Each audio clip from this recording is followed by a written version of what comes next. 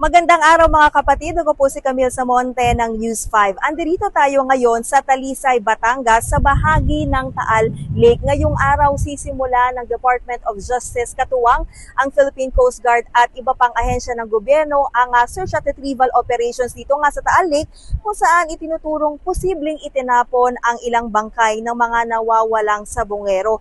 Pero hindi po magiging madali yung retrieval operations dahil nasa 198 meters ang pinakamalalim na bahagi nga nitong Taal Lake. Kaya naman magsasagawa muna ng paunang survey ang PCG para tignan kung kaya itong sisirin ng mga technical diver. Gagamit din sila ng mga equipment para masukat yung lalim at komposisyon ng lake bed. Tutukuyin din ng PCG yung pinaka-target area at yung delimitation o yung boundary kung hanggang saan gagawin yung paghahanap ng mga bangkay. Magsasagawa rin sila ng aerial survey sa bahagi ng Taal Lake gamit ang drone. Ngayon, maraming challenges o balakid nga dito sa gagawing retrieval operations dahil nakasalalay ito sa lagay ng panahon.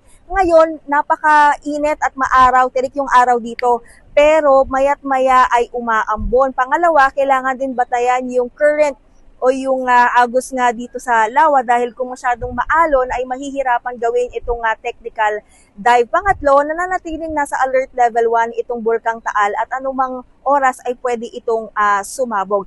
So yan po yung mga binabantayan na mga balakid o challenges bago gawin itong retrieval operations. Ngayon, wala pa tayong impormasyon mula sa DOJ kung kasama rin ba dito sa retrieval operations si Julie Patidongan o alias Totoy na siyang nagbunyag na dito nga do sa Taal Lake itinatapon yung mga bangkay ng mga nawawalang sabongero. Pero sa huling update na ibinigay sa atin ng DOJ, tukoy na nila yung specific na fish pond o yung may tuturing nga na ground zero kung saan talaga itinatapon umano yung bangkay ng mga nawawalang sabongero. Hinihintay pa natin yung update mula sa mga opisyal ng DOJ kung ano yung mangyayari, what to expect at kung kasama rin ba yung pamilya ng mga biktima dito nga sa retrieval operations. Yan po muna ang latest update dito.